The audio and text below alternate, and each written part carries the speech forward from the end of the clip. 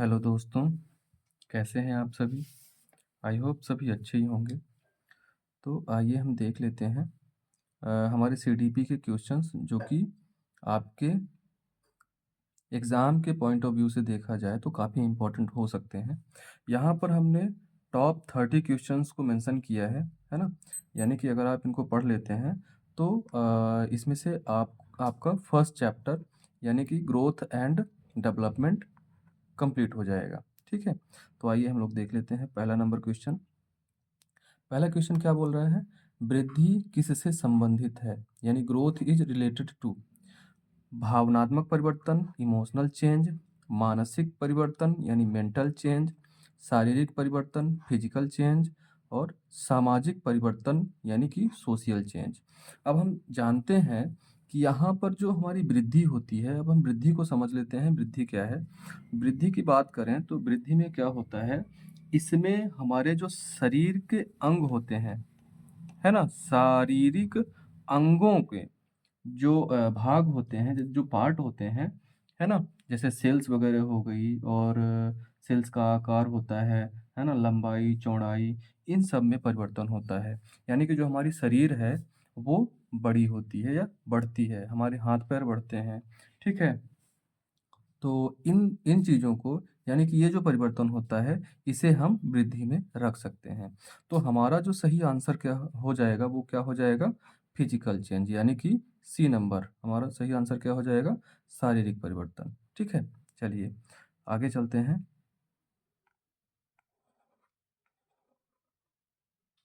विकास किसे शामिल करता है? यानी कि जो डेवलपमेंट है, डेवलपमेंट किसे शामिल करता है? डेवलपमेंट इंक्लूड्स केवल शारीरिक परिवर्तन, केवल मानसिक परिवर्तन, शारीरिक, मानसिक और सामाजिक परिवर्तन, केवल भावनात्मक परिवर्तन। तो यहाँ पर हम ये कह सकते हैं कि यहाँ पे जो पहला शब्द ये लिखा हुआ है, पहला जो हमारा विकल्प है, क्या है? केवल शारीरिक परिवर्तन। तो जो हमारा केवल शारीरिक परिवर्तन है, अगर यहाँ पर विकास की बात होती, है ना? यानी यहाँ पर वृद्धि की बात होती, वृद्धि यानी ग्रोथ की बात होती, तो हम यहाँ पे कह सकते थे कि केवल शारीरिक परिवर्तन यहाँ पे वृद्धि के लिए सही होता। लेकिन जब हम यहाँ पे डेवलपमेंट की बात करते हैं, तो डेवलपमेंट में हमको शारीरिक, मानसिक और सामाजिक विकास तीनों देखने को मिलते हैं। ठीक है? तो हमारा जो सही जवाब हो जाएगा, वो क्या हो जाएगा? C number. ठीक? चलिए आगे चलते हैं।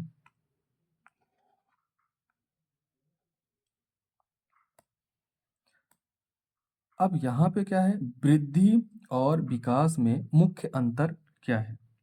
ठीक है? पहला नंबर क्या विकल्प दे रहा है?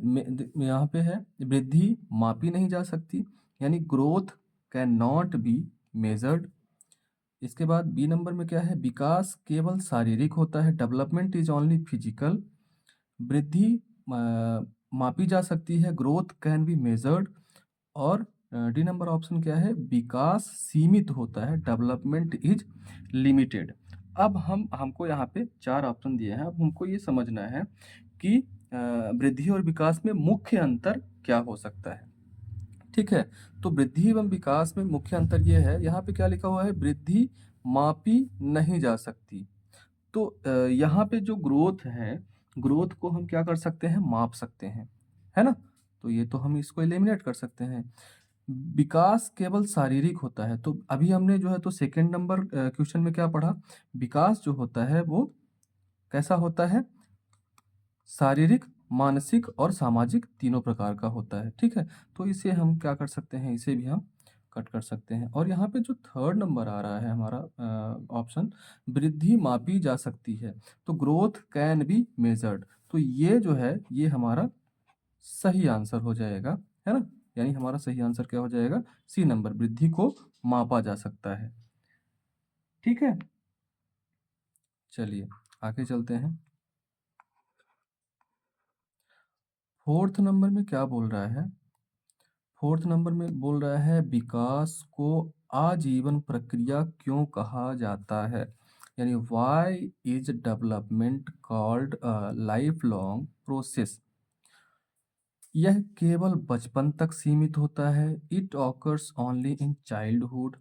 यह जन्म से मृत्यु तक चलता है। It continuous from birth to death. यह केवल किशोरावस्था तक होता है। It occurs only till adolescence.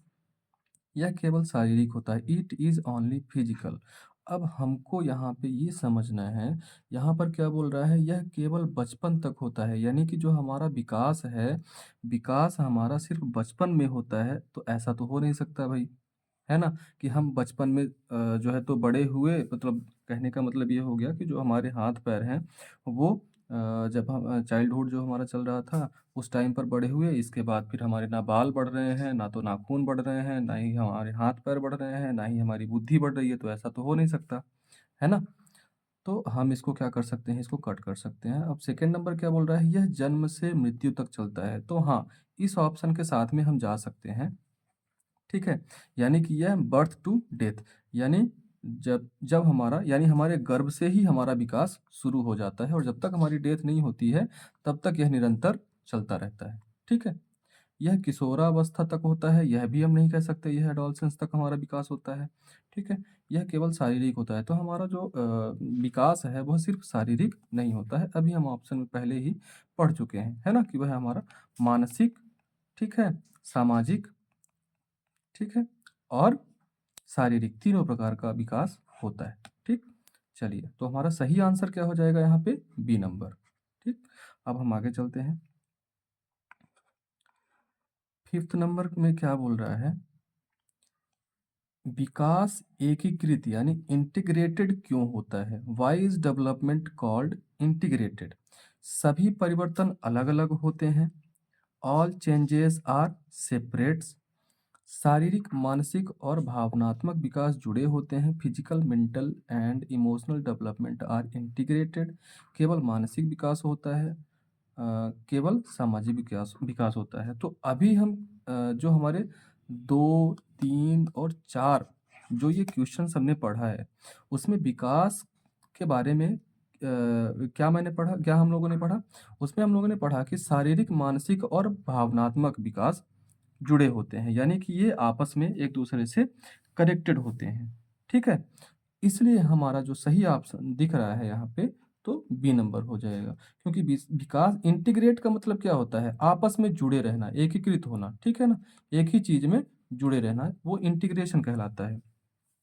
तो हमारे शरीर का विकास, हमारा मानसिक विकास और हमारे जैसे-जैसे जो बड़े होते जाते हैं, तो हमारी भावनाएँ भी बढ़ने लगती हैं, यानी हमारे अंदर जो भाव होते हैं, वो भी व्यक्त होने लगते हैं या तो फिर वो भी बाहर आने लगते हैं, ठीक है? तो इस तरीके से हम कह सकते हैं कि जो हमारा ऑप्शन नंबर बी है, वो सही आंसर होगा, ठीक है? चलिए आगे चलते हैं। 6 नंबर में क्या बोल रहा है?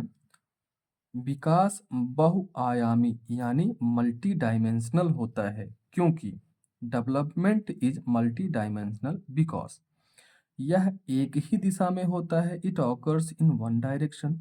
विभिन्न आयामों में परिवर्तन होते हैं। Changes occur in different dimensions. यह स्थिर होता है। It is static. यह मापा जा सकता है। It can be measured. अब हम यहाँ पे देख लेते हैं।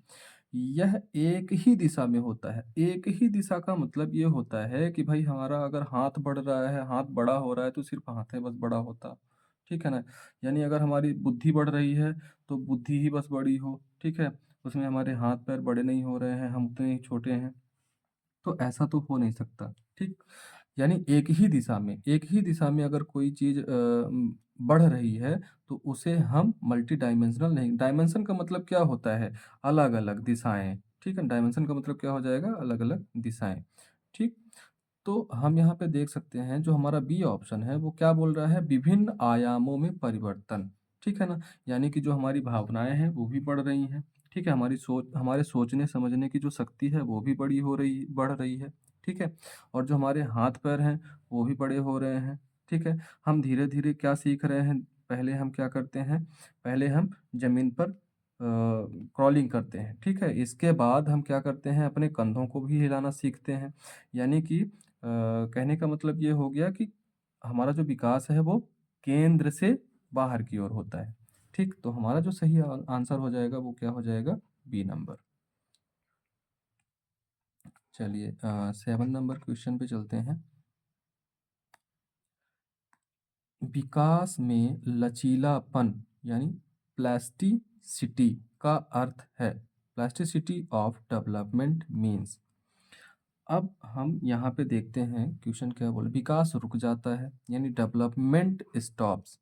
ठीक, तो ये तो हो नहीं सकता, विकास रुकता ही नहीं है। हमने अभी पढ़ा है कि विकास जो होता है वो बाय बर्थ यानी बर्थ से लेकर के जब तक डेथ नहीं हो जाती इंसान की तब तक वो क्या होता रहता है? बढ़ता ही रहता है।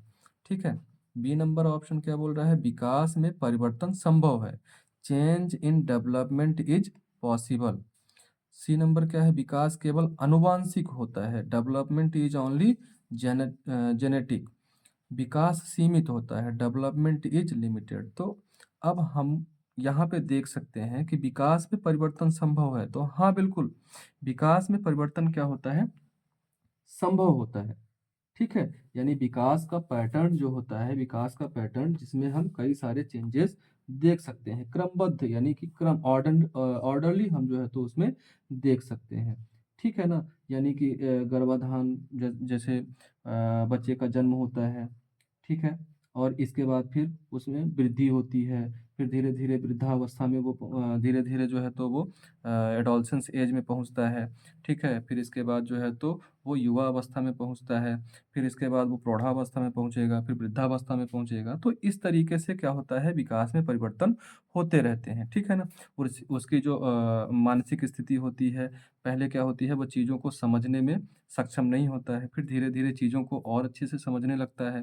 ठीक है, वो शुरुआत में क्या करता है, शुरुआत में अपने कंधे वगैरह को हिला सकता है। उसके आगे अगर बड़ा होता है तो फिर वो हम देखते हैं कि वो अपने उँगलियों को भी चला सकता है। तो इस तरह से कहते हैं कि विकास में परिवर्तन संभव है और विकास केवल आनुवांशिक नहीं हो सकता है ना? अगर यहाँ पे केवल शब्द आता है, जैसे अगर ये केवल शब्द आ रहे हैं, तो हमें इन शब्दों को देख कर के चलना है। ठीक है? यानी ये ऑप्शन तो बिल्कुल हो नहीं सकते। फिर विकास सीमित होता है, तो अभी हमने देखा कि विकास जो है तो सीमित नहीं होता है। ठीक है? तो ये भी ऑप्शन हमारा कट गया। हमारा सही आंसर क्या हो जाएगा? B number. चलिए आगे चलते हैं। ऐतिहासिक परिस्थितियाँ विकास को कैसे प्रभावित करती हैं? Historical conditions affect development through. अब देखिए यहाँ पे क्या बोल रहा है, food, climate, social economic conditions, only education. ऐतिहासिक परिस्थितियाँ यानी हिस्टोरिकल कंडीशंस। हिस्टोरिकल कंडीशंस का मतलब ये हो गया डेवलपमेंट के लिए, जैसे हम देखते हैं कि हम मॉडर्न, अगर हम गांव में रह रहे हैं, ठीक है, गांव में अगर हम रहते हैं तो हमारा जो पहनावा होता है ना, हमारा पहनावा क्या होता है, नॉर्मल हम शर्ट पैंट वगैरह पहनते हैं। और जिस तरह से गांव में लोग रहते हैं, ठीक है ना, तो नॉर्मल तरीके से हम वहाँ पे रहते हैं, यानी कि हमें जो है तो किसी भी फैशन से कोई भी मतलब नहीं होता है। लेकिन जैसे ही हम कहाँ जाते हैं, शहर की ओर जाते हैं, तो वहाँ पर जो लोग, है ना, पहले जैसे हम गाँव में रहते हैं तो हम क्या करते हैं, अपनी देसी भाषा का यूज़ करते हैं, जिस भाषा में हम गाँव में बात करते हैं उस तरह से नॉर्मल बात करते हैं। लेकिन जैसे ही हम कहाँ जाते हैं, शहर की ओर जाते हैं, तो शहर में सभी क्या खड़ी बोली का उपयोग करते हैं या तो फिर इंग्लिश में बोलते हैं, है ना? तो वहाँ पर क्या होता है, वहाँ पर हमारी जो परिस्थितियाँ होती हैं वो क्या हो जाती हैं, परिवर्तित हो जाती हैं। इस तरह से कहा जा सकता है कि जो ऐतिहासिक कंडीशंस हैं, कहने का मतलब जब हम गाँव में रहते हैं तो हमारा जो विकास होता है वो गाँव के हिसाब से होता है। लेकिन जैसे ही हम शहर की ओर जाते हैं तो वहाँ पर जो हमारा विकास होता है वो शहर के अनुसार होता है, यानी कि वहाँ के रहन-सहन के अनुसार होता है। ठीक है? तो हमारा जो सही आंसर हो जाएगा वो क्या हो जाएगा? सी नंबर हो जाएगा। ठीक? चलिए आगे चलते हैं।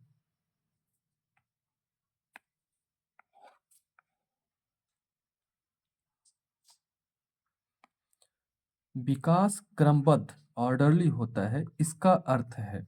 अब यहाँ पे देखते हैं, बिना क्रम के विकास, डेवलपमेंट विदाउट ऑर्डर, तो ऐसा हो नहीं सकता कि पहले आप बड़े थे फिर इसके बाद धीरे धीरे छोटे हो गए, है ना? तो ऐसा तो होगा नहीं, इसलिए इसको कट करते हैं। निश्चित क्रम में विकास। अब यहाँ पर हम देख सकते हैं निश्चित क्रम का मतलब क्या हो गया कि जो इंसान होता है ना? जब उसका जन्म होता है तो वो धीरे-धीरे करके बड़ा होता है। यानी कि धीरे-धीरे क्या करता है वो अपने आप को सँभालने लगता है, ठीक है ना? फिर धीरे-धीरे वो क्या करेगा यानी कि थोड़ा-सा अपना जो शरीर है, शरीर को वो क्या करता है, हिलाना-डुलाना चालू करता है, ठीक है? फिर अगर उसको हम कोई भी बच्चा है, उसको हम पेट के बल अगर लिटा देते हैं, तो वो क्या करता है, आगे की ओर बढ़ने की कोशिश करता है, कंधों को अपने हिलाता है या कंधों पर जोर देता है कि वो आगे की ओर बढ़े, ठीक है? अपने सिर को हिलाना चालू कर देता है, ठीक? इसके बाद फिर वो क्या करता है, फिर अपने उँगलियों को हिलाना चालू कर देता है ना? चीज़ों को पकड़ना शुरू कर देता है, तो इस तरीके से वो जो क्रम होता है वो बढ़ता जाता है, ठीक है? फिर इसके बाद वो क्या है शैशवावस्था में जाएगा, फिर इसके बाद वो युवावस्था में जाएगा, ठीक? किशोरावस्था में, फिर युवावस्था में, फिर इसके बाद वो प्रौढ़ावस्था में, फिर वृद्धावस्था में, तो इस तरीके से कई सारी अवस्थाएँ आती हैं। तो यानी ये क्रम में एक क्रम में आती हैं, ठीक है ना? कोई भी ऐसा नहीं है जो कि पहले ही वृद्धावस्था में पहुँच जाएगा, फिर इसके बाद जो है तो वो बचपन में अपने जाएगा, तो ऐसा हो नहीं सकता। ठीक है? अचानक विकास कभी ऐसा होगा ही नहीं। ठीक है? रुक-रुक कर विकास, तो ये इरेगुलर विकास नहीं हो सकता। तो हमारा जो सही आंसर है वो क्या हो जाएगा? B number. ठीक?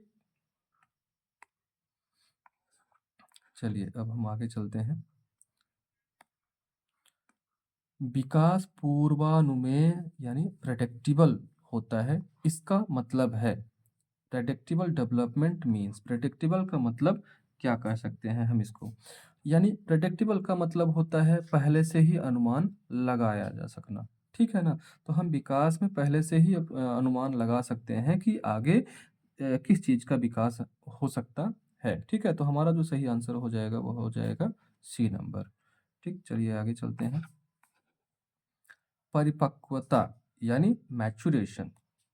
ठीक, अब यहाँ पे क्या बोल रहा है मैच्योरेशन इज यह सामाजिक प्रक्रिया यानी सोशल प्रोसेस, प्राकृतिक जैविक प्रक्रिया नेचुरल बायोलॉजिकल प्रोसेस, केवल सीखने की प्रक्रिया ओनली लर्निंग प्रोसेस, पर्यावरणीय प्रक्रिया यानी एनवायरमेंटल प्रोसेस। तो यहाँ पे परिपक्वता का मतलब क्या हो सकता है?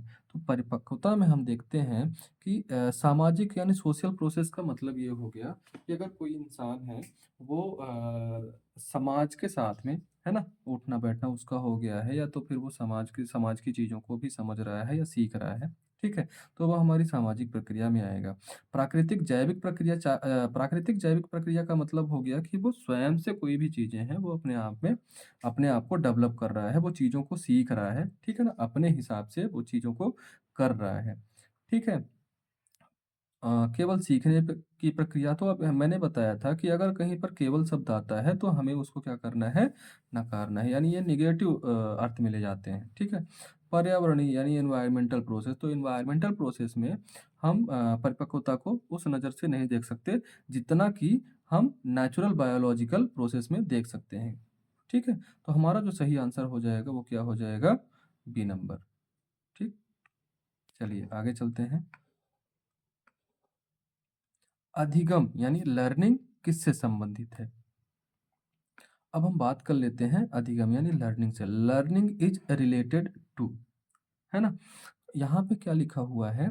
केवल आनुवांशिकता, फिर वही केवल वाली बात, अब यहाँ पे भी वही बात आ रही है केवल और यहाँ पे भी वही बात आ रही है केवल। तो अधिगम यानी लर्निंग का मतलब क्या होता है? अनुभव और पर्यावरण। यानी कि एक्सपीरियंस का मतलब होता है किसी चीज़ के बारे में समझना, ठीक है? यानी उससे सीखना, ठीक? तो वो हमारा किस में आएगा? अनुभव में। पर्यावरण का मतलब हो जाएगा कि हमारे आस-पास के जो भी आवरण यानी हमारे आस-पास की जो भी चीज़ें हैं, तो उसके साथ में इंटरैक्ट होकर के या उसके साथ में अपने आप को डेवलप करना, ठीक है ना? तो वो हमारा अधिगम में आता है या लर्निंग में आता है। तो हमारा जो सही आंसर हो जाएगा वो क्या हो जाएगा? B number. ठीक, चलिए आगे चलते हैं। विकास की प्रक्रिया कब शुरू होती है? अभी मैंने बताया आपको, है ना? कि विकास की जो प्रक्रिया है वो हमारी कहाँ से शुरू होती है? गर्भाधान से, है ना? कंसेप्शंस। यानी कि हम ये भी नहीं कह सकते, जन्म से भी नहीं कह सकते, ठीक है? हम सीधा-सीधा कहाँ से कहेंगे? गर्भाधान से ही हमारी जो विकास की प्रक्रिया है, वो शुरू हो जाती है, ठीक है? चलिए आगे चलते हैं। वृद्धावस्था में विकास में क्या शामिल होता है ना?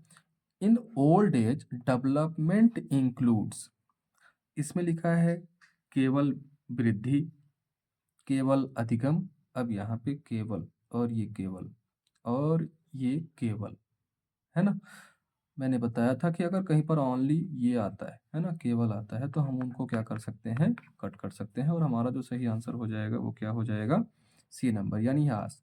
डिक्लाइन, डिक्लाइन का मतलब क्या होता है?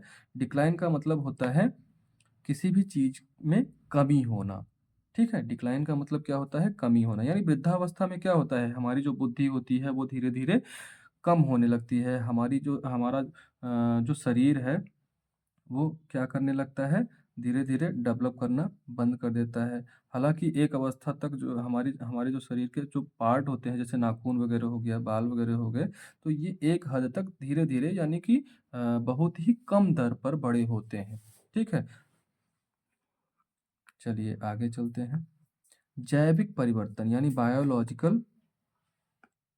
बायोलॉजिकल चेंजेस किससे संबंधित है?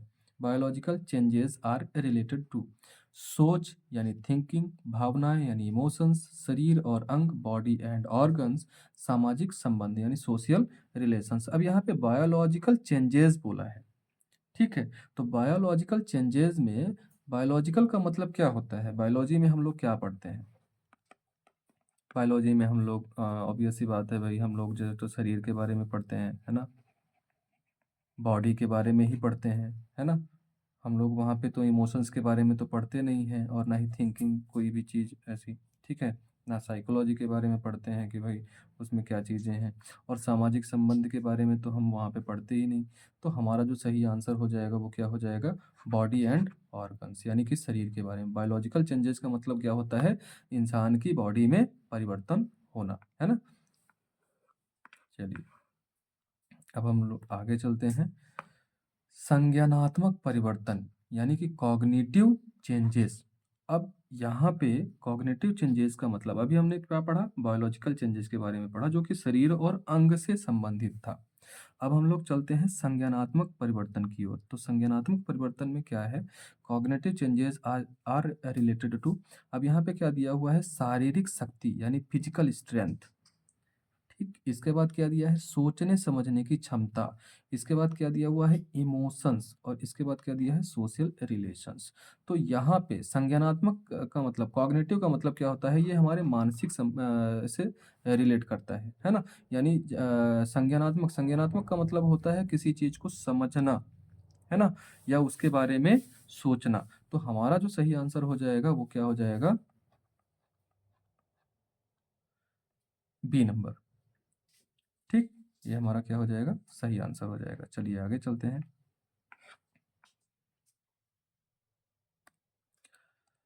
स्मृति यानी मेमोरी किस विकास से संबंधित है? अब यहाँ पे मेमोरी की बात हो रही है, यानी ये किससे संबंधित है? अभी हमने बात की, किसके बारे में बात की? सोचने यानी कि किसके बारे में बात की? कॉग्निटिव के बारे बारे में। कॉग्निटिव यानी सोचने समझने, ठीक है ना? सोचने समझने से जो रिलेट करता हो उसके बारे में, है ना? बायोलॉजिकल के बारे में हमने क्या पढ़ा? बायोलॉजिकल के बारे में हमने पढ़ा कि इसमें जो हमारे बॉडी पार्ट्स होते हैं, ठीक है ना? तो ये यानी बॉडी पार्ट्स जो हमारे हमारी बॉडी है उसमें जो चेंजेस होते हैं, उसमें जो डेवलपमेंट होता है वो बायोलॉजिकल होता है, ठीक है? सोशल डेवलपमेंट में इसमें भावनाएँ आती है, कहने का मतलब ये हो गया कि संबंध आते हैं, दूसरों से संबंध जब हम स्थापित करते हैं, यानी कि दूसरों के साथ में इंटरैक्ट करते हैं, दूसरों के साथ में रहते हैं, यानी समाज में रहना। कहने का मतलब ये हो गया कि समाज में रहने के लिए जब हम तत्पर होते हैं या तैयार होते हैं, तो वो हमारा सोशल डेवलपमेंट होता है। शारीरिक डेवलपमेंट जो होता है वो हमारा जैविक डेवलपमेंट जैसा ही होता है, यानी कि हमारे शरीर के अंग जो होते हैं वो बढ़ते हैं, है ना? तो वो हमारा फिजिकल डेवलपमेंट में आ जाएगा। तो जो हमारा सही आंसर हो जाएगा वो क्या हो जाएगा? संज्ञानात्मक विकास में, है ना? संज्ञानात्मक विकास में स्मृति होती है, यानी जो हमारी मेमोरी है वो संज्ञानात्मक विकास से रिलेट करती है। ठीक है, चलिए आगे चलते हैं। सामाजिक भावनात्मक विकास का संबंध है। अब सामाजिक भावनात्मक विकास का संबंध यानी social emotional development is related to, तो ये किससे है? ऊंचाई, वेट, मांसपेशियां। अरे भाई ये तो हम देखते हैं कि ये ऊंचाई, हाइट, ये सब किससे रिलेट करेगा? हमारा ग्रोथ। और ये हमारा हो जाएगा फिजिकल डेवलपमेंट। किससे रिलेट करेगा ये? फिजिकल डेवलपमेंट से। ठीक है ना, यानी कि जो हमारा शरीर है उससे ये रिलेट करेगा। ऊंचाई बढ़ना यानी फिजिकल डेवलपमेंट, वजन बढ़ना फिजिकल डेवलपमेंट, मांसपेशियां फिजिकल डेवलपमेंट, हमारे शरीर में परिवर्तन हो रहा है ना, इसलिए हम कह सकते हैं कि ये हमारा फिजिकल डेवलपमेंट। तो हमारा जो सही आंसर हो जाएगा वो क्या हो जाएगा? संबंध, यानी समाज से रिलेट करता है ये संबंध। ठीक है ना, भावनात्मक जो है तो हमारी भावनाएं, रिलेशनशिप एंड इमोशंस। तो हमारा सही आंसर क्या हो जाएगा? सी। चलिए आगे चलते हैं। मात्रात्मक परिवर्तन। ठीक है, तो मात्रात्मक परिवर्तन जो होता है वो एक प्रकार है किसका? डेवलपमेंट का। ठीक है, डेवलपमेंट का प्रकार है, यानी कि मात्रात्मक और गुणात्मक दो प्रकार के डेवलपमेंट के बारे में हम पढ़ते हैं। तो मात्रात्मक में हम क्या पढ़ते हैं? अब यहाँ पे समझिएगा।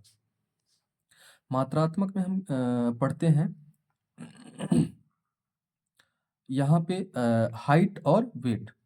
किसके बारे में पढ़ेंगे हम? हाइट और वेट, यानी कि जो संख्या में बदलाव जो होता है, मेजरमेंट जो दिखाई देता है ना, तो उसे हम मात्रात्मक में डालते हैं। ठीक है, यानी कि इसमें वजन बढ़ना हो गया, ठीक है, शरीर के अंगों का आकार बदलना हो गया, ये सब किस में आएगा? मात्रात्मक में आएगा। ठीक, तो हमारा जो सही आंसर हो जाएगा वो क्या हो जाएगा? C number.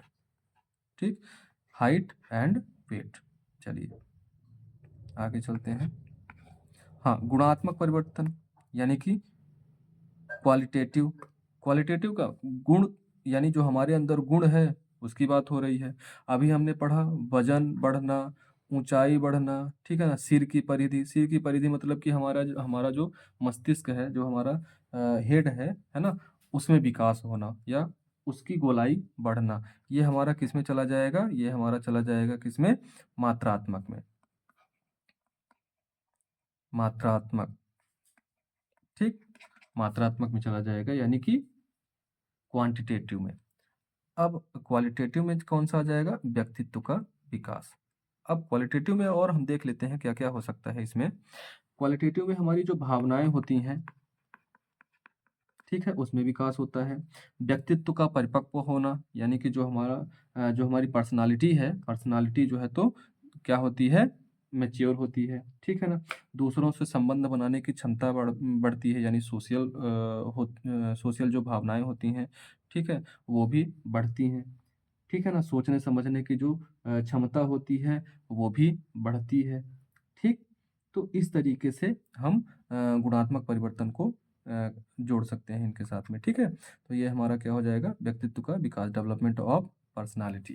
ठीक, चलिए आगे चलते हैं। वृद्धि किससे संबंधित है? यानी ग्रोथ किससे संबंधित है? तो यहाँ पे जो हमारा सही आंसर हो जाएगा वो क्या हो जाएगा?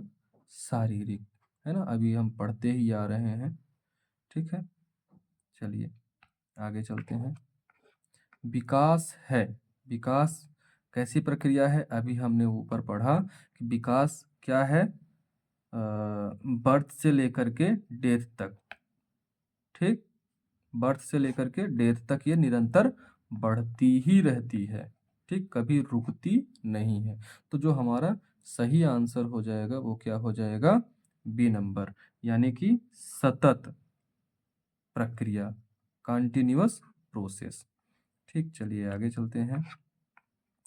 विकास किससे प्रभावित होता है ना, यानी कि विकास को कौन इफेक्ट करता है? डेवलपमेंट इज इन्फ्लुएंस्ड बाय, केवल आनुवांशिक यहाँ पे अब ये केवल शब्द आ रहा है, ठीक है ना?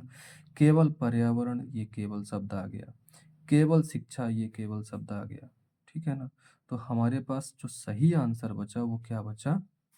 आनुवांशिकता और पर्यावरण, है ना? आनुवांशिकता और पर्यावरण से हमारा जो विकास होता है वो प्रभावित होता है, ठीक है? तो हेरिडेटी एंड एनवायरनमेंट जो होता है वो उससे हमारा डेवलपमेंट क्या होता है? प्रभावित होता है, ठीक है? यानी आनुवांशिकता, जैसे मान लीजिए कि आनुवांशिकता का मतलब हो गया जो हमारे अंदर जो जीन होते हैं, है ना? तो वो हमारे मम्मी-पापा की ही देन है।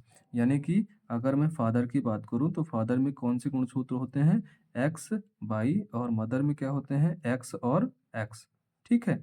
तो जब एक्स और एक्स आपस में मिलते हैं तो गर्ल का जन्म होता है, और जब एक्स और वाई आपस में मिलते हैं तो वहाँ पे बॉय का जन्म होता है, ठीक है? और ये अगर मान लीजिए कि किसी भी महिला की आँख नीली है ना? तो उसके बच्चे की भी आँख नीली हो सकती है। ठीक है? तो जो हमारा अगर जैसे मतलब कि मम्मी और पापा, अगर वो दोनों लोग बड़े हैं, ठीक है ना? यानी लंबे हैं, बड़े होने का मतलब लंबे हैं, तो उनके बच्चे भी क्या होंगे? बड़े होंगे, यानी लंबे होंगे, ठीक है? अगर मम्मी और पापा छोटे हैं, है ना? तो बच्चे भी क्या होते हैं? छोटे होते हैं। ठीक? तो इस तरीके से हम कह सकते हैं कि विकास जो होता है, डेवलपमेंट जो होता है, वो हेरिडेटी और एनवायरनमेंट पर डिपेंड करता है। ठीक है? चलिए आगे चलते हैं। क्रमबद्ध विकास का अर्थ है, क्रमबद्ध विकास का अर्थ होता है निश्चित क्रम में विकास, है ना? तो जो हमारा सही आंसर हो जाएगा वो हो जाएगा B number, development in order, यानी कि हम देखते हैं कि जो हमारा विकास होता है वो एक ही ऑर्डर में बढ़ता है। ठीक है? यानी ऑर्डर बाय ऑर्डर, कहने का मतलब है कि ये चीज़ें हम पहले भी समझा चुके हैं, ठीक? कि पहले क्या होता है? गर्भाधान होता है, इसके बाद जन्म होता है, फिर वो बच्चा जो होता है वो शैशवावस्था में होता है, ठीक है? यानी चीज़ों को सीखता है, फिर इसके बाद बड़ा होता है, किशोरावस्था में जाएगा, फिर प्रौढ़ावस्था में जाएगा, ठीक है? इसके बाद फिर वृद्धावस्था में जाएगा, तो इस तरीके से एक सतत प्रक्रिया चलती रहती है, ठीक है? जन्म से लेकर के मृत्यु तक। इसलिए इसको कहा गया है कि विकास जो है वो क्रमबद्ध यानी निश्चित क्रम में होता है। चलिए, सामान्य से विशिष्ट की ओर विकास का अर्थ है। सामान्य से विशिष्ट की ओर कहने का मतलब ये हो गया कि जो हमारा यहाँ पे बच्चा जो होता है, पहले वो सामान्य सी प्रक्रियाएँ करता है, ठीक है? फिर इसके बाद वो आगे जा कर के जटिल प्रक्रियाएँ करने लगता है। यानी कि बच्चा जब जन्म लेता है, तब वह एक अबोध बालक होता है, यानी वह कुछ भी नहीं जानता। धीरे-धीरे वो क्या करता है, मुँह से आ, बा ऐसे करके, है ना? चीज़ों को बोलना शुरू करता है, ठीक है? फिर वो यानी पापा, ठीक है? या मामा, इस तरह के शब्द बोलना शुरू करता है, ठीक? और धीरे-धीरे वो क्या करता है, अपने कंधों को हिलाना, अपने सिर को हिलाना, ठीक है? इस तरह से वो अपने आप को ढालता है इन सारी चीज़ों में, ठीक है? कहने का मतलब ये हो गया कि वो पहले सामान्य प्रक्रियाएँ करता है। इसके बाद जब वो और आगे अगर बड़ा होता है जैसे, तो वो क्या करेगा, चीज़ों को अपने हाथों में पकड़ना शुरू करता है, ठीक? यानी कि एक बॉल अगर उसको दे दी जाए तो वो उसे पकड़ने की कोशिश करता है। फिर धीरे-धीरे अगर और बड़ा होता है तो फिर वो लिखने की भी कोशिश करने लगता है, ठीक है? चलने की कोशिश यानी पहले क्या करेगा वो, पहले ज़मीन पर क्रॉलिंग करेगा, इसके बाद फिर वो बैठना शुरू करेगा, इसके बाद फिर वो खड़े होना शुरू करेगा, इसके बाद फिर वो चलना शुरू करता है। तो इस तरीके से ये सामान्य से विशिष्ट की ओर बढ़ता जाता है। तो हमारा जो सही आंसर हो जाएगा वो क्या हो जाएगा? सी नंबर, ठीक है ना? पहले सामान्य प्रक्रियाएँ करता है, इसके बाद वो विशिष्ट प्रक्रिया की ओर चलता है। ठीक? अब हम आगे चलते हैं। बच्चों में विकास का अंतर किस कारण होता है? ठीक है, तो बच्चों में जो विकास होता है वो बच्चों में विकास का अंतर किस कारण होता है? यानी सेम एनवायरनमेंट, ठीक है, इंडिविजुअल डिफरेंसेस, ठीक, सेम हेरिडिटी, सेम एजुकेशन। तो हम देख रहे हैं बच्चों में विकास का अंतर तब होगा जब उसके व्यक्तिगत भिन्नता उसमें व्यक्तिगत भिन्नताएँ मिलेंगी। सेम एनवायरनमेंट में अगर हम रखते हैं, ठीक है? तो बच्चों में कोई भी परिवर्तन नहीं होगा, यानी दोनों एक साथ में एक ही जैसी चीज़ों को सीखेंगे। ठीक है, सेम आनुवांशिकता में भी जो विकास होगा वो भी उसमें भी कोई भी ऐसा परिवर्तन नहीं होगा, है ना? समान शिक्षा में भी ऐसा कोई परिवर्तन नहीं होगा। हम देखते हैं कि यहाँ पे व्यक्तिगत भिन्नताएँ जो होती हैं, यानी कि वह जो बच्चा होता है वह किस तरह से सीख रहा है चीज़ों को, ठीक है? किस तरह से वो कर रहा है, तो ये उस पर डिपेंड करता है या उस बालक पर डिपेंड करता है। ठीक है? तो हमारा जो सही आंसर हो जाएगा वो क्या हो जाएगा? B number. चलिए आगे चलते हैं, परिपक्वता क्या है?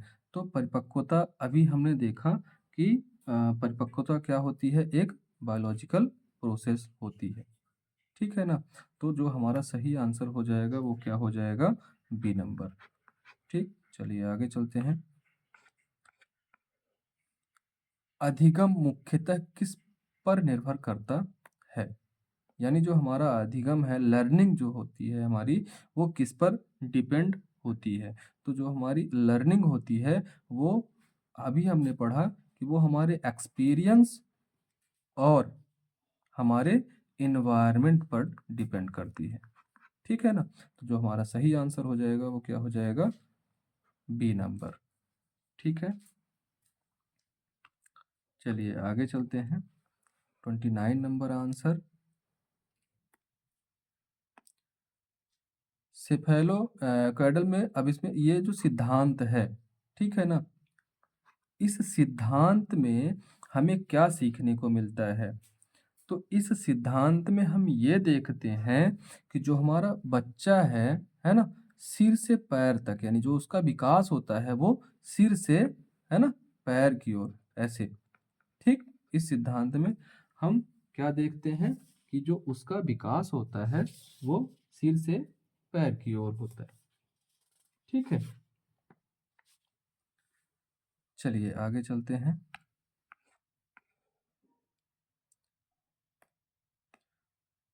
प्रॉक्सिमोडिस्टल, अब यहाँ पे प्रॉक्सिमोडिस्टल प्रिंसिपल में क्या होता है?